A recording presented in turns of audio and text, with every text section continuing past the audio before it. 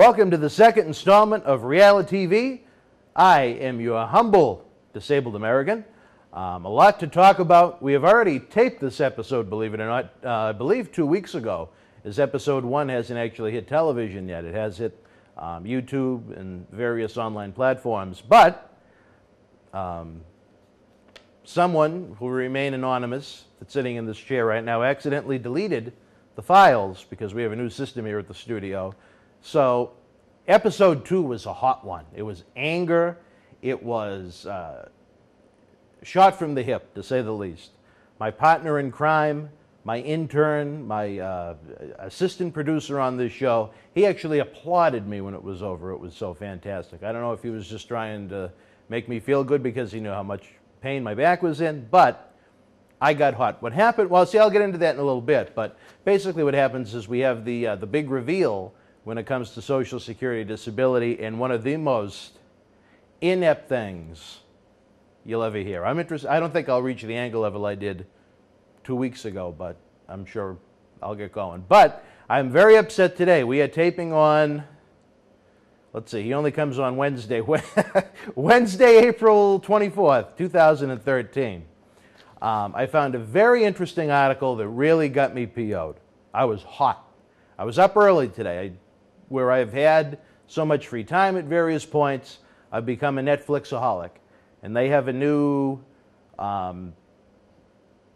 platform to produce TV shows on their own, where instead of like the hip cable TV shows that you see now that are 13 episodes, instead of them airing over the course of 13 weeks, they put the entire 13-episode series online. So I watched the series over the course of maybe 4 days or so. But anyway, I was up early today. I couldn't fall back asleep, so I started checking around for the news, and I was absolutely disgusted. Why? What did I find? What corruption did I find now? Well, corruption indeed. The two scumbags, the scumbag isn't even the word. The two Boston Marathon terrorists that blew up the finish line at the Boston Marathon, that shut Boston down for 2 days, were receiving state benefits.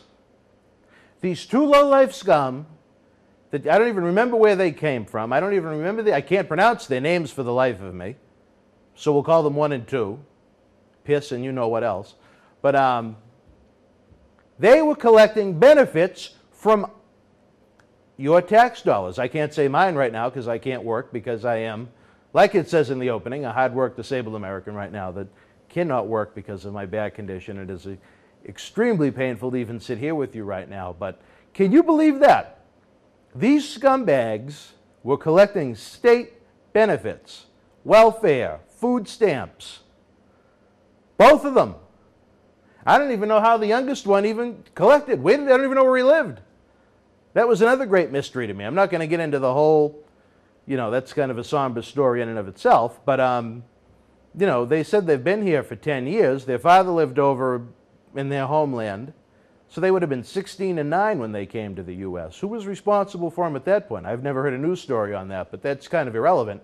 But up until, I believe it said a year ago, when their financial level reached a certain peak, they were collecting and at that point, my tax dollars so they could live, eat, be well, and be merry. And you know what? That really pisses me off. As I continue my voyage to try and get some kind of help from this overworked, inept system that we have here in the state of Massachusetts. And not only do we have a great amount of friends on social media locally, we had many from around the world. Like I said, without this first program even airing yet, we had 214 friends on Facebook. But anyway, so I was hot. And when I get hot, the on-off switch that some people have in their brain from what they think to what they say or what they write is totally eliminated. There is no on-off switch. Just ask my ex. But nonetheless, I went on a little tirade about the bombers 1 and 2 and how they were collecting Massachusetts state benefits, while a hardworking disabled American such as myself that has a hard time walking, and has a hard time breathing right now from the way I'm sitting because I need a spinal fusion in my back, cannot get simple health insurance.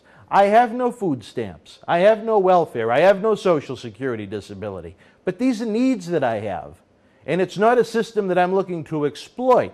It's a system that I'm looking to use to my benefit right now. That's what it is. It is a benefit. It's not something I want to marry into and be a part of my life forever. It's something that I need to use until I'm healthy enough to be able to go back into the workforce so I can pay my tax dollars again, so the future marathon bombers can collect their food stamps and welfare and so on and so forth. That might sound a little rough, but you know what? I don't care. I'm glad one of them died and one of them lived.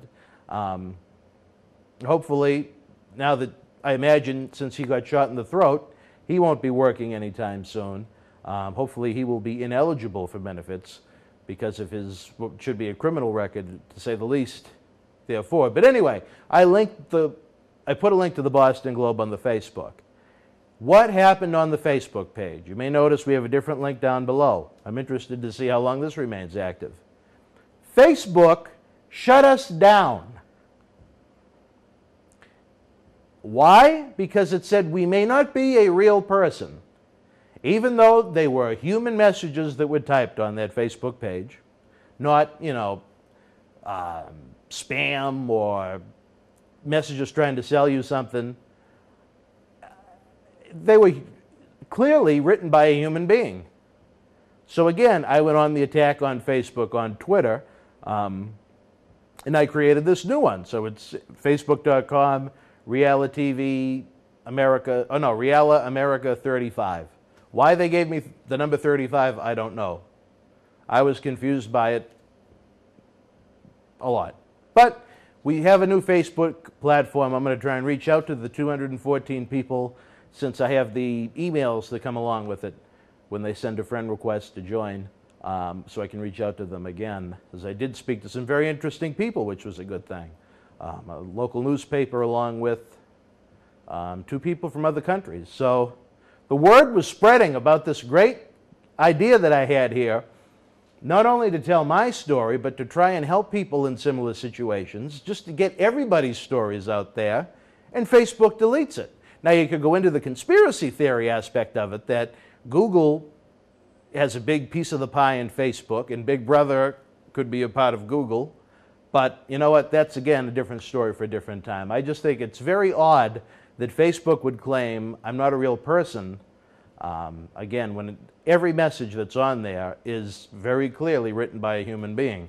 Who knows? Maybe we'll get the original one back, but for the time being, we're going to go with what we got, and that's the one that's going to be on the screen. But just to keep in mind, if you do want to reach out to us in Facebook fails, we have the Twitter above my head. We have our email above my head. Constant, open, clear communication is the way to go, because I realize once these do hit the television airwaves, not everybody's going to get it, and I want as many people to see it as possible because it is a story worth telling. Anyway, right now I'm going to take a brief time out. You can see all of the ways to contact us, see us, read us, and so on and so forth, that we'd like you to share with your friends and family or other folks that may be in similar situations. I'll be back after this brief time out.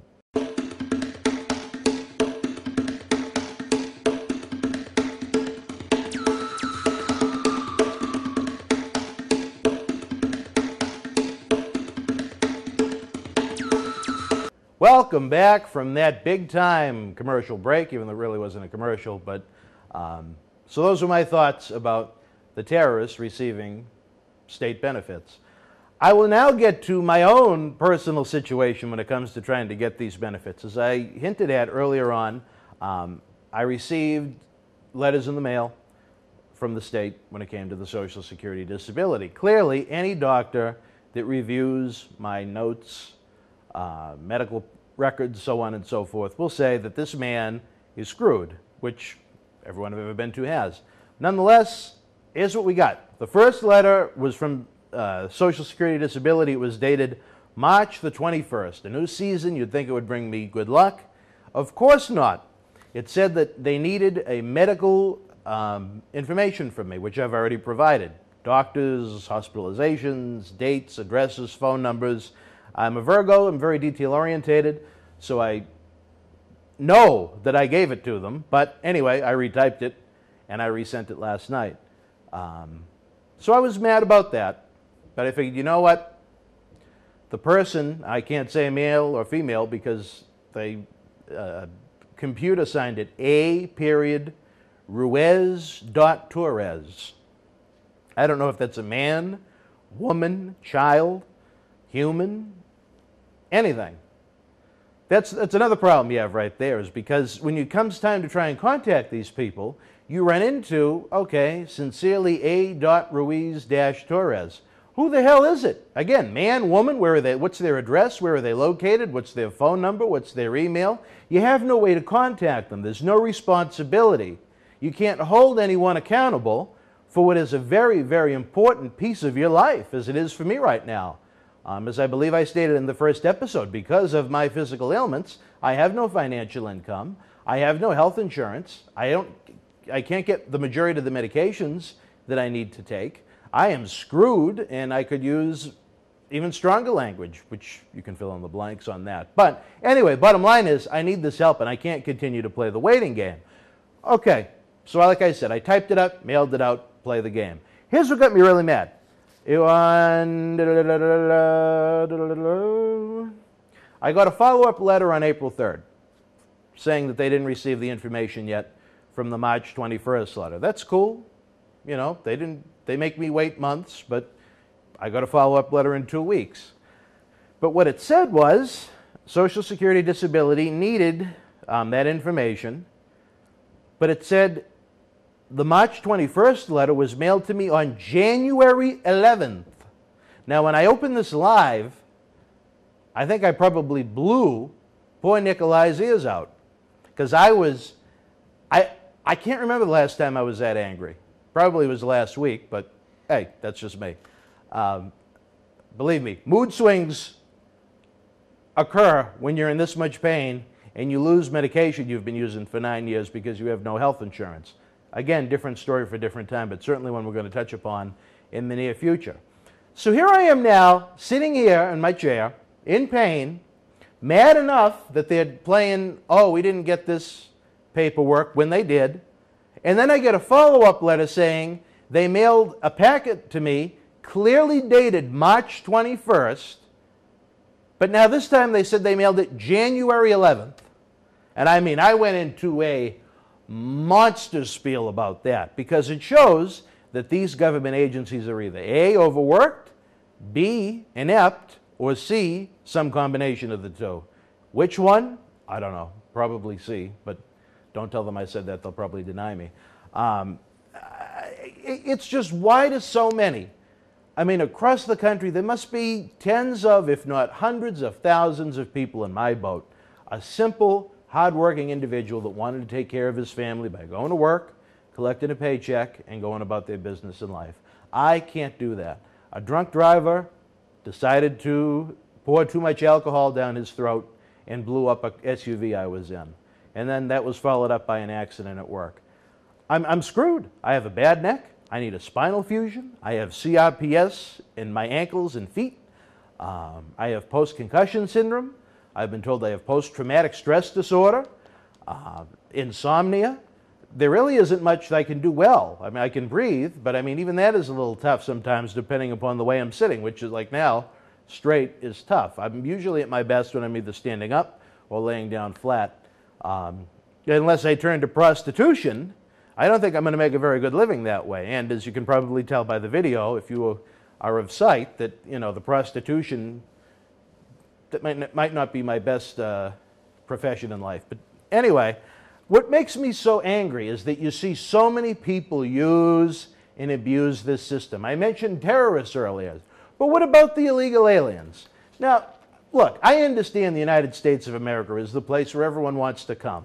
But I was born in the United States. I did not sneak into this country on a raft. I didn't float over from Cuba. I'm an American. I'm not a woman.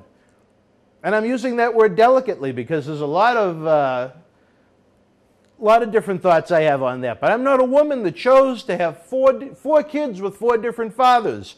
At what point do you not cut these women off from never-ending state benefits. And when these mothers get the kids rolling, believe me, and before I go any further, I certainly empathize with a woman that has maybe 1 or 2 kids with the same dad.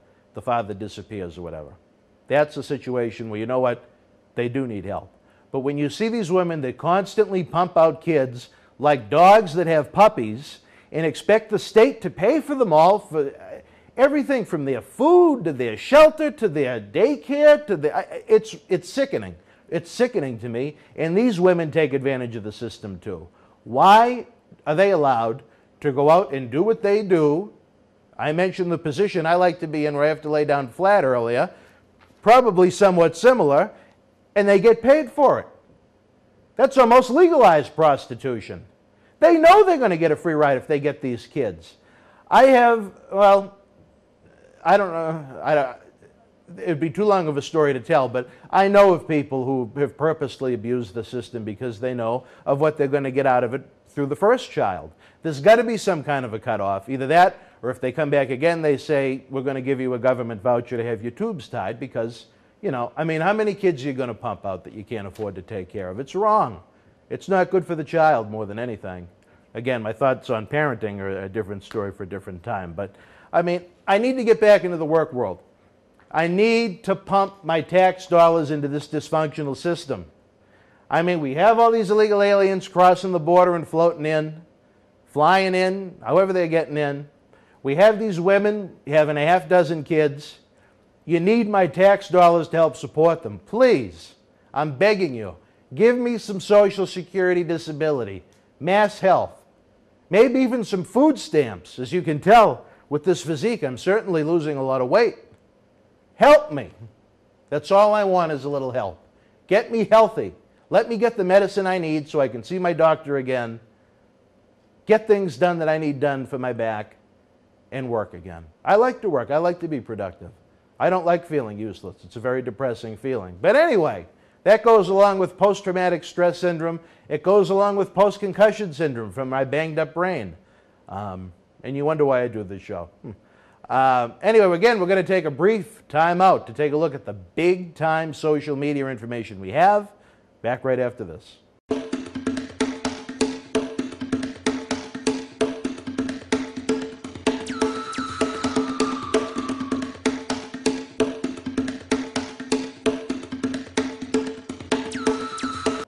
Welcome back as we continue with episode number 2 of realiTV. I am your host, the hard-working disabled American that can't work anymore, hard or otherwise.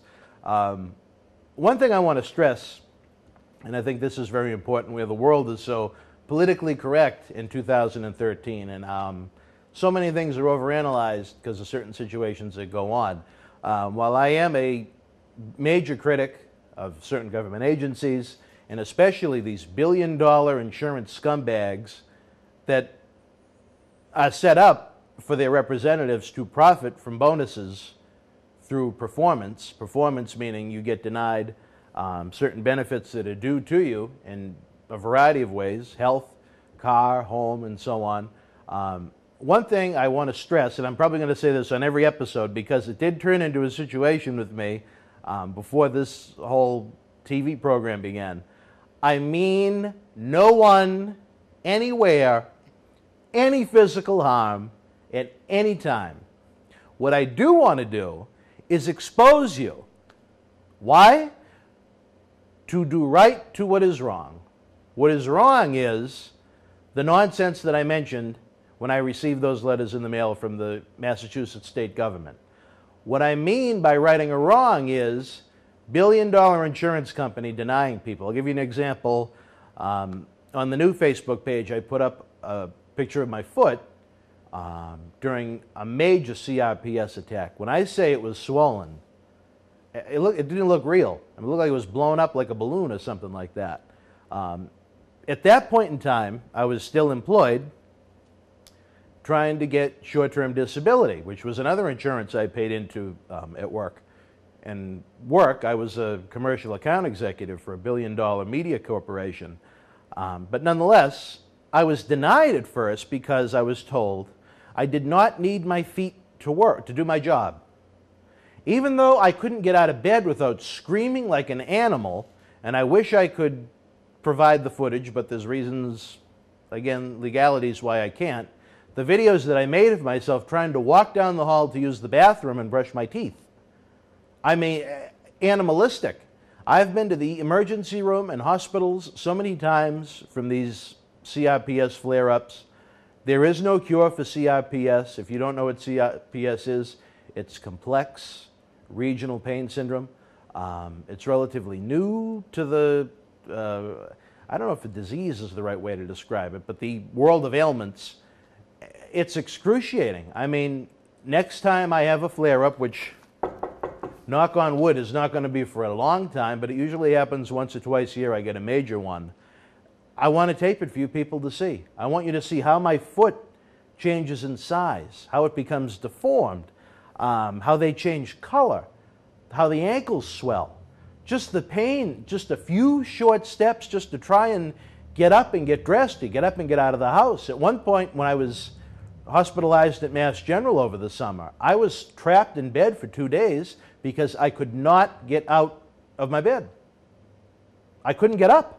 That's how much pain I was in.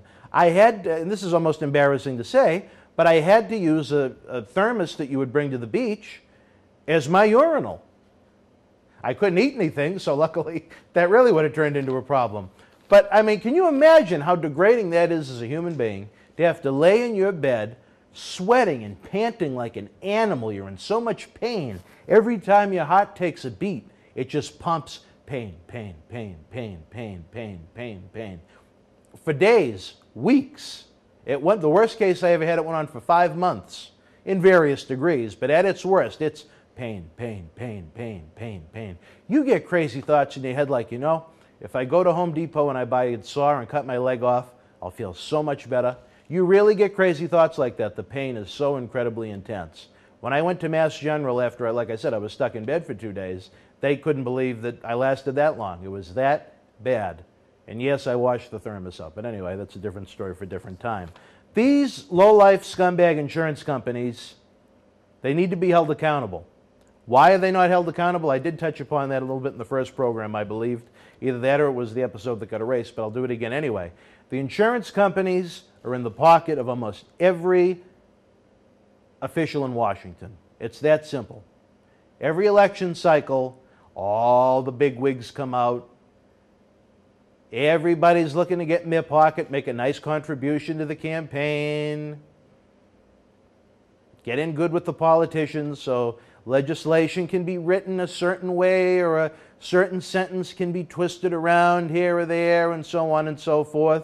It's a con job. That's why these insurance companies are almost always going to win, because it's an inside job. Then you have, my gosh, hardworking disabled American. You sit there telling us all these stories. Why doesn't the news ever report upon it? Well, there's an answer to that too, believe it or not. Watch, if you're in the Boston area, watch Channel 5. Watch Channel 7. Watch Channel 4. Watch Fox.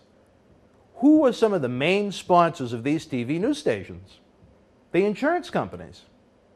So in this day and age, where television commercial revenue is going down the toilets, which is why you see some of the veterans being offed by the cable stations, I mean the network TV stations left and right, they're not going to run stories that are going to discredit or, you know, hurt the reputation of their advertisers. Every year there are more and more television stations. I don't know, I don't have a comparison sheet with me to compare how many human beings there are as to how many television channels there are, but there's much more pie to go around. It's not like it was even, I don't know, 20, 25 years ago where there were maybe 20 stations to pick from. Now there's hundreds. So that when someone takes out a commercial during one of these programs, it doesn't have the value to them. So the bottom line is these news stations generally get the highest ratings on the local network TV stations in the morning and late at night. So they're going to try and get as much revenue per commercial as possible, and most of those commercials are related to some kind of an insurance company. So do you think they're going to run a news story talking about how they're not going to help my back or my feet? Neither do I. So you have that piece of the puzzle right there. But again, as much as I hate these people, and I have said some, maybe when we get into the whole disabled American host story of what I've actually really been through, you'll understand a little bit more why I want to stress that I mean no one any physical harm. But anyway, again, this was a difficult episode to put together with the bombings that took place in Massachusetts and then the city being put, basically held hostage for a couple of days as they ran around. Luckily, they've been found. One is detained, and the other one is where he belongs, hopefully for a long trip down south. More news and notes. Even though our first program hasn't aired yet on TV, as I mentioned, we have the 214 friends that we have to reclaim on this new, beautiful Facebook page we have underneath. I added more photos to that one than we had before. I'd like to get everyone that we had back, because not only were they, again, from the Boston area or New England, they were from all over the world. I communicated with 2 individuals, and I'm glad I took these notes because I wouldn't have it otherwise. I received a Facebook message first from a man named Zadia, 28 years old, from Morocco. There was a bit of a language barrier as he didn't write in clear English. But he said that he was a handicapped moteur and you, meaning me. I'm not exactly sure what that meant, but, Zadia, if you're watching this program, I hope the people of Morocco are sympathetic with your disability. I hope that the Moroccan government is able to provide some kind of benefit to you to help you through your issue, whether it's lifelong or not permanent. And I also heard from a gentleman, Subin. He was 26 years old, from India. He can't walk. He's in a wheelchair. He had a nice picture that he sent along with it. He had a nice cross with rosary beads on his wall as he sat there in India. And he said he loves the United States of America. He said, I'm lucky to be here in the United States. And you know what? To my friend Subin, if you are watching this, I do appreciate your message. You are right. The United States is a great place to live, but there is corruption that goes on in many forms of government and in many ways in the corporate world. Those are the things that hurt the average Joe.